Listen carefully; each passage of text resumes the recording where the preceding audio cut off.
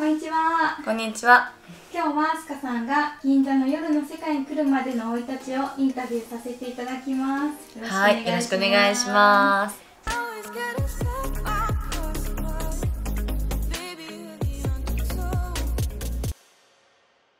じゃあいろいろと質問していきますので、はい、お願いします。正直にお答えください。はい。生まれたばかりのスカさん、どんな子供でしたか？出身は愛媛県なんですけども、そうですね、新居浜で生まれたんですけど、子供の頃とかね、生まれた頃は結構一人が多かったんじゃないかなと多分思います。両親もね、なんか一人でよく遊んでる子ってなんか粘土作ったりとかって言ってましたね、保育園で。みんなでなんかしないらしいっていう。みんながいても一人でなんかやってるみたいな子供時代だったみたいですね。絵描いたり漫画家になりたかったんで、いいですね。ずっと絵描いてました。幼い頃怖かったものありますか？いや、ないですね。なんか人見知りしないタイプだったので、怖いものっていうのは特にないですね。お化けとかも全然そういうのなく、なんかこう普通に大人になっても変わんない感じがします、そこは。すごいですね。大人びた、そう、大人びてた。めちゃくちゃ大人びてましたはい、じゃあ家族との思い出とか、なんか怒られた記憶とかありますか？ありますよ。思い出はね、すごく旅行に連れて行っていただいて、海外旅行とかね一回もないんだけど、国内旅行の車で行けるところにね、結構みんなで行ってました。地元だと例えばね、水波高原って言ってね、みんな知らない方も多いんですけど、コスモスがとっても咲いてるところとか、あとねキャンプとかもしに行ったりとか、兄弟4人いたんで、そのあたりはね両親が休みを取ってみんなで集まれる日は近場で車で1日で日帰りで行ってました。怒られたことはねありますよ。やっぱりゲームがすごい好きなんで、ゲームのしすぎで1時間っていうルールあったんですよ。短くないですか？だから1時間だとマリオでいうと絶対2面半ぐらいで終わっちゃうんで、いっつもなんかセーブできない時代だったんで、同じ面ばっかりしてたんで、むちゃくちゃ上手くなりますね。最初の面なんかもうピンピンピンみたいなゲームをねこそこそ夜中とかしてたんで、見つかったら怒られてました。じゃあその時からもうゲーマーの資質があったんですね。そうね、コントローラー初めて持ったの多分、保育園かなと思います。はい。友達はじゃあ多かったですか？一人で遊ぶのが多いと聞いてたんですけど。だからなんか団地みたいなところ住んでたので、みんなで集まって鬼ごっことか缶蹴りとか軽トラとか、あと縄跳びとかみんなでしてましたね。ただみんなで外で遊びに行くのもいいんだけど、絵を描いたりね、本読んだりが好きだったので、どっちかっていうと一人でこう過ごす時間もね多かったんじゃないかなと思います。はい、ありがとうございます。その時に好きだったこととかものとかっていうのはありますか？記憶にあるのはね、小学校の4年生とか3年生なんですけど、私収集癖があって、いろんなリボンとか仲良しとかチャオの付録をめちゃくちゃ集めてました。シールとかね、便箋セット出たら絶対貯めるんですよ。だからキャラクターシールこんなになって、で当時セーラームーンがすごい流行ってたので、もうセーラームーンのグッズをすごい集めるのが好きで、なんかがあったらこう文房具鉛筆とか下敷きとか買ってもらってました。でそっからね、小学校5年生からエヴァブームに乗っちゃって、そっからセーラームーン卒業してエヴァグッズが大量に、カードとか下敷きとかありました収集癖すごいの、集めたがりなんです。コレクターズ魂すごい。オタだね。いや、今で言うオタ。セーラームーンからセーラームーンとエヴァンゲリオン熱はすごかったと思います。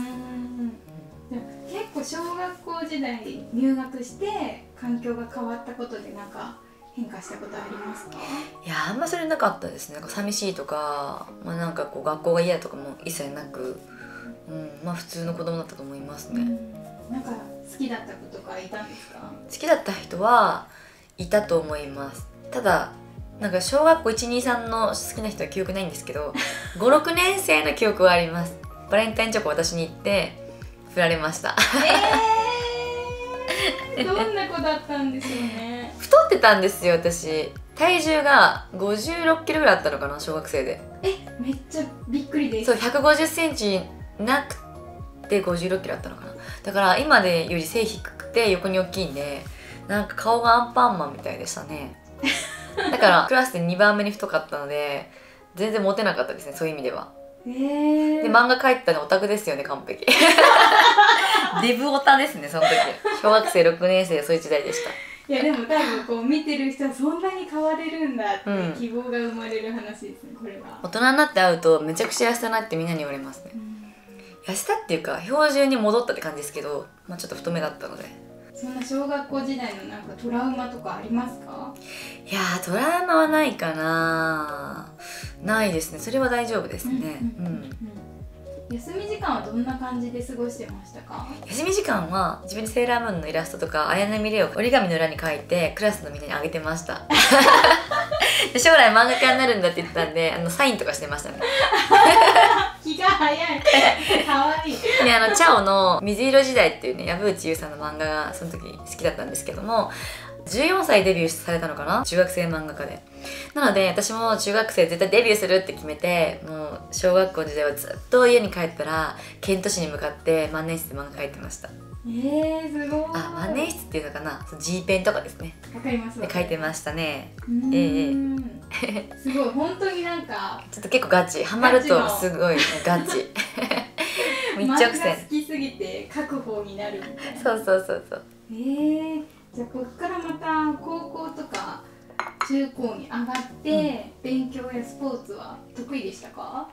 スポーツは得意でしたね。バレーボールやってたんですけどね、中学校バレーボールやって背は伸びなかったんですけど、その時まではアタックやってたんですけども、高校になって伸びなかったんで、そこから文芸部に入って小説書いてました。文芸部の部長って言って小説をなんか印刷して文化祭で売るっていう、同人活動ですよ、さっくり言うとコミケとかコミケの走りのことを高校生でやってましたね。なのでその時結構流行ったのがフリーペーパーって言って A4 とか B5 のやつをこう4枚とかに折って同人誌書いてる人はみんなねやってたんですよ。なんかオレンジの紙で印刷したり白で印刷したり、それをなんかアニメートとかに置いてあると連絡来るみたいな結構ガチ勢だったんではい、極めたい心は今も変わらないです、何かでもそうですよね、だってもう絵描いててストーリーもできたら漫画家になれます、ね、なりたかったんですよ。どっちも極めようとしてたんですね。中学生でデビューできなかったんで、絵が下手でねデビューできなかったんで、文書く方に走ってましたね。すごい意外な、もうなんかで結構中高とか、結構おとなしいグループっていうかそういう感じ。そう派手系の子全然好きじゃないです。正直なんか、クラスの中心にいる子とか私苦手なんであんま喋んないですね。そうだったんですね。一人にしてってオーラすごかったですこう私に喋らないでみたいな創作活動してますみたいなじゃあもう高校とかでこうシュッとしてきてなんかこう付き合ったり告白されたりとかっていうのは、そんななかったんですか？好きな人いたんですけど、好きな人も年上でいつもゲームしてる人だったんで、オンラインで FF で会うみたいなデートがそんな感じでしたね。 FF で会おうみたいなでもそれちょっと近代的っぽいですよねなんか20年前からゲームはねそんな感じでオンラインありましたね。そうだったんですね。今でもなんか連絡をこう取ったりするなんか地元の人とかいますか？いや一人もいないんですけど、でもインスタとかねつながってる子いたり LINE つながってる子いるんですけど、なんていうのかな、こうやっぱ地元の人からすると、途中で水商売始めて、大学生からね仕事してますよね。そしたらなんか結構ねなんか派手になってしまったと思うんですよ、多分外から見たら。いやでもだいぶそうですよね、創作も一人で創作してた頃から比べるとそうなので変わってるって多分思われてると思いますね、いろんな面で。オタク気質なんですよね、何事も仕事も。あとやっぱりね物価も違うんで、東京に出るだけで結構地元の人からすると東京行ったんだみたいな、やっぱ愛媛の人から見るとそんなのちょっとあるんじゃないかなと思います。学生時代の心残りなことってありますか？学生時代大学生の時になんかちょっとサークルしたかったなと思います。もう祇園でがっつり働いてたので、月から土まで働いててアルバイトばっかりやってたので、できればねそういうサークルとかねもう一切遊んでなかったんで、もうちょっと遊びたかったなと思いました。でも遊んでないからこそ今があるのかもしれないし、遊びたいなっていう気持ちと、まあでも仕事でもやっぱり成功したかったって気持ちあるんで、なんだろうな、後悔ってほどじゃないけど興味はありましたね。もう一回戻るんだったら今度遊ぼうかなぐらいで。もうなんかスポーツとかしたかったですね、そのサークルで。でもその働くきっかけはまあ多分いろんな動画でもちょっと話されてるとは思うんですけど、よろしくきっかけを簡単に説明していただけますか？きっかけは大学の4年生の分の学費をね貯めるためっていうのが本当一番のきっかけで、3年生の時に母親に言われて、でそこから働き出したっていう。なんか兄弟が4人いるんで、なんか4年生の学費自分で稼いでよみたいなみたいになってデビューしました。よろしくについて働く前はどういう印象でしたか？まあなんか興味があって、私黒く安手帳とかも好きだったんで、夜の仕事働くっていうのは、ちょっと憧れ的なものがありましたね。お酒も好きだし、人と喋るのも好きなんで、いつか働いてみたいなと思ってたのと、きっかけがそういうタイミングで訪れたので抵抗はなかったです。働き出してから実際になんか印象はどんな感じに変わりましたか？働く前の印象は正直ね、夜の仕事してる子って私だらしない子多いなと思ったんですよ。結構自分が大学まで出たんで、結構周りはねめちゃくちゃみんなこう勉強とかしてちゃんとしたお家の人が多くて、ほんとそれこそ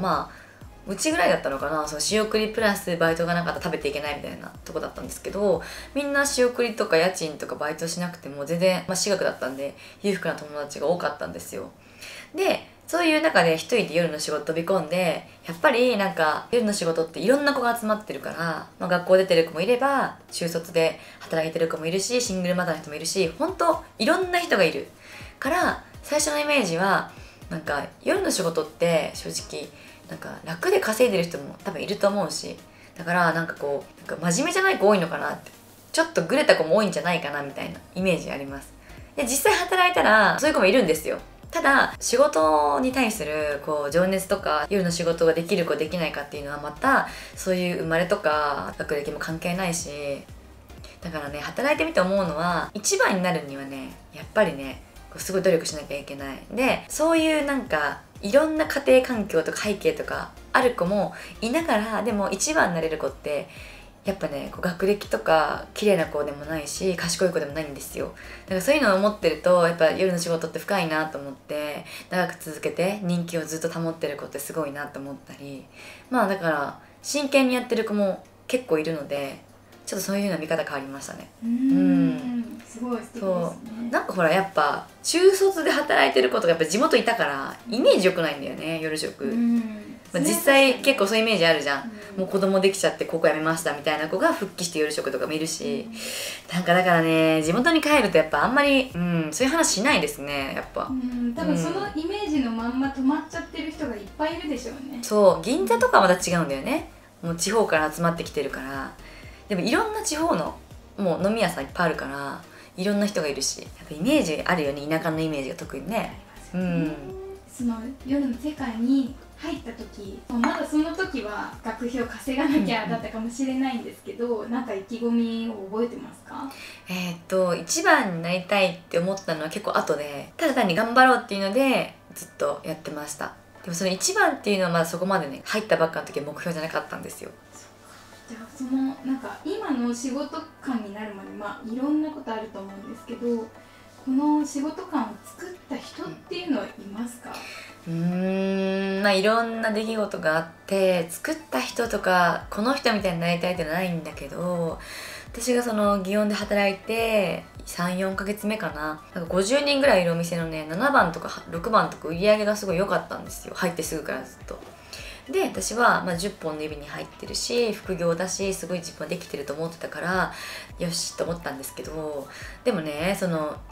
と5、6番より上にはなれなかったのね。1番とか2番とかも全然なれないし、でその時の、店長みたいなね偉い人が本気じゃないから今の順番なんだよみたいなこと言われたことあるんですよ。そういうニュアンスのこと、そういうことかと思って、やっぱ5番6番でね私売り上げやってるとか偉いとか思うのダメなんですよね。1番になってからこそ努力、5番の努力と1番の努力全然違うし、3番のこの努力と1番のこの努力も全然違うし、